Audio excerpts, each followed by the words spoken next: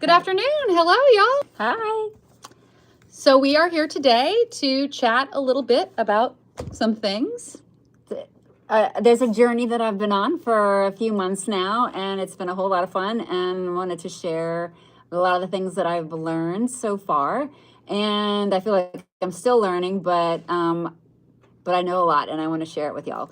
I want to ask Nori, what is the most asked question that we get at carnival time? Hands down, it is, how do I make glitter sparkly shoes that are wearable? And that's not what we do. We make display shoes. So we kind of go, let us know if you find out.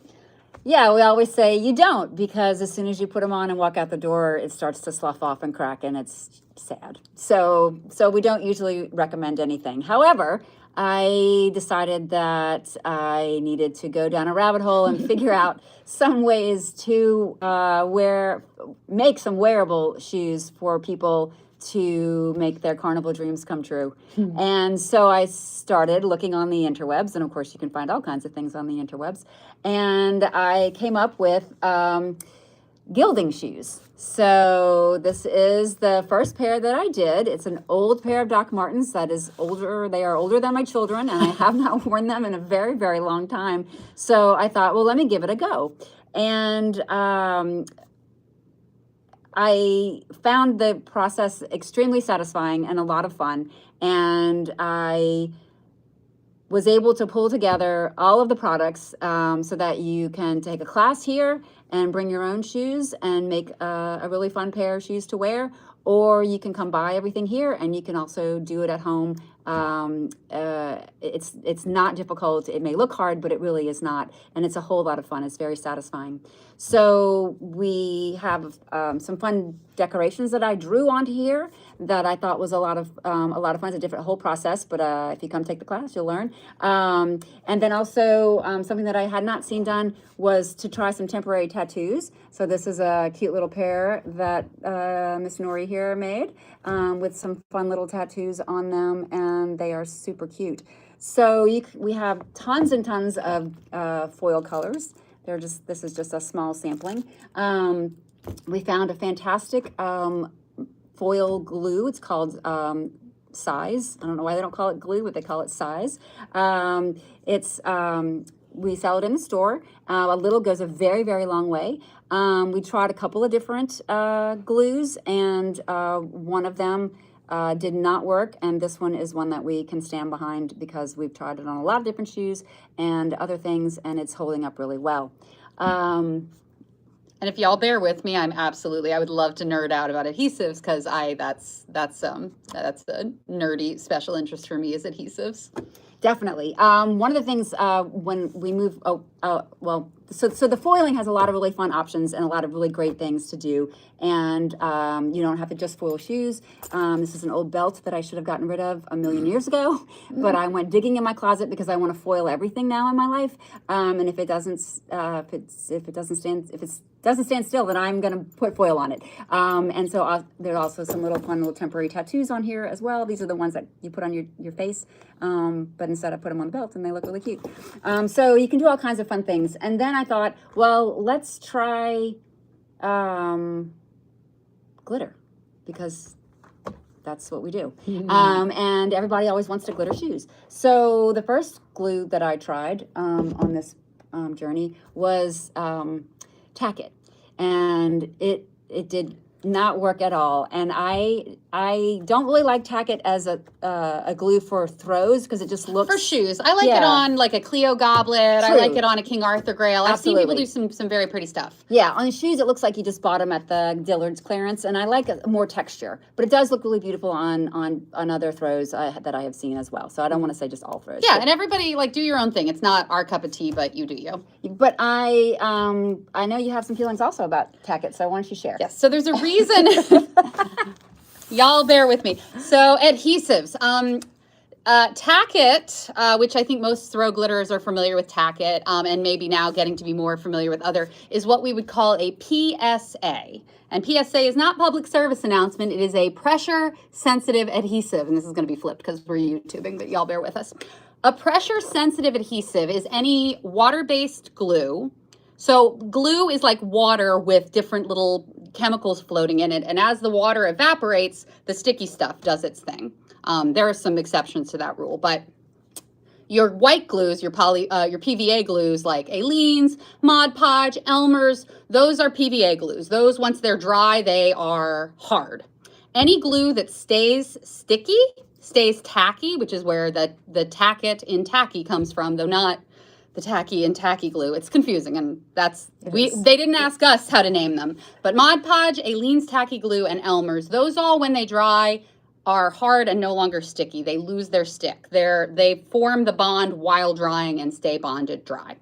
PSAs, pressure sensitive adhesives, sometimes also adorably called fugitive glues. I think that's very cute. They're fugitive glues because they're fleeing. Fugitive adhesives or pressure sensitive adhesives, when the water leaves them, the chemicals are still sticky, still tacky. So those would be like, there are spray adhesives that stay sticky, contact cement, if you've ever done the thing where you do like contact cement, and then you press them together, those are PSAs. Tack-it is a PSA.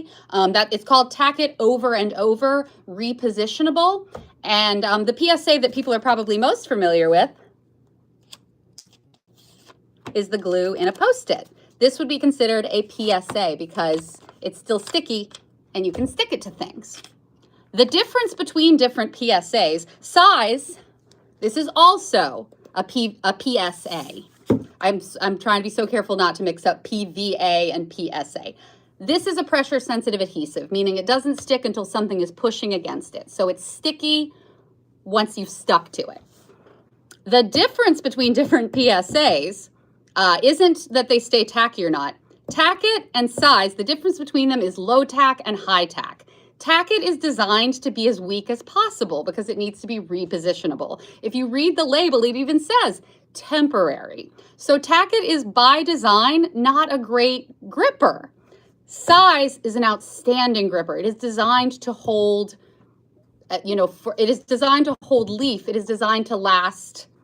It is designed to hold and stay holding, as opposed to a repositionable, which is designed to be just sticky enough for you to be able to move it around. So low tack, high tack, pressure sensitive adhesives. The thing to know is that tack-it is weak by design, whereas size is strong by design. Those are the primary features that they have optimized in those two different styles of pressure sensitive adhesives. Thank you all so much for coming to my TED Talk.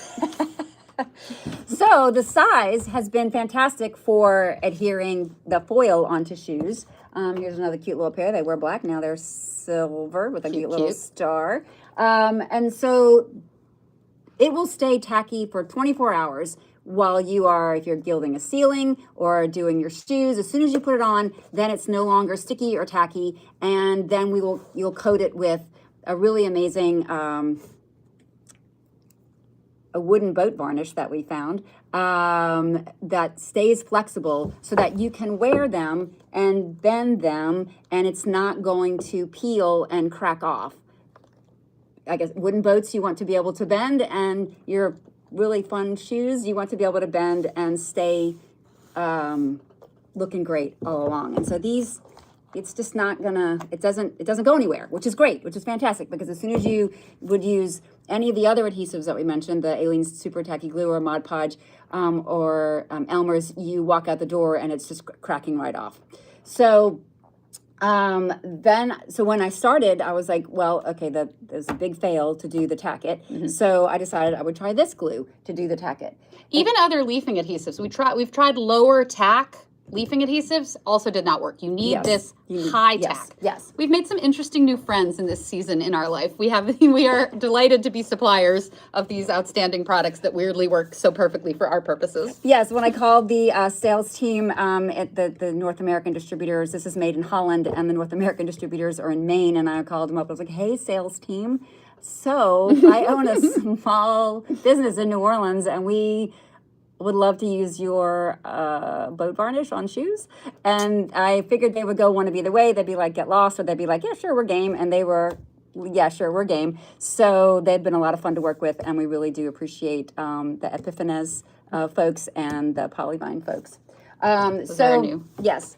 So then I decided, let me try some glitter with the Polyvine. And so this is, I promise I did used to wear these shoes without amputating 3 of my toes. And so this is Queen of the Damned with, it's like 3 coats of Queen of the Damned, because when you put it on, then you rub it off, and then you get it to where you want it. So this was 3 coats of Queen of the Damned, and then 2 coats of varnish. I've been walking around my house with them, and they also are not cracking and breaking off. It's wonderful. So cool. So then I decided to do these little shoes, these little tennis shoes. That same thing. This is the ultra fine, and then this is an extra fine. I thought, let me see a couple different sizes of glitters, and we'll see what works.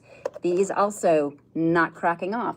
So then I thought, this is the ultimate. She did the research, y'all. She put the hours in. So these I had done initially with Tackett, and they within 10 minutes of wearing them, they were peeling off like a bad sunburn. So I was like, okay, I had to sand them down with like a sander, get them down to nothing again. Again, these are older than my children, but I still love them. So I was like, I'm determined to make this work.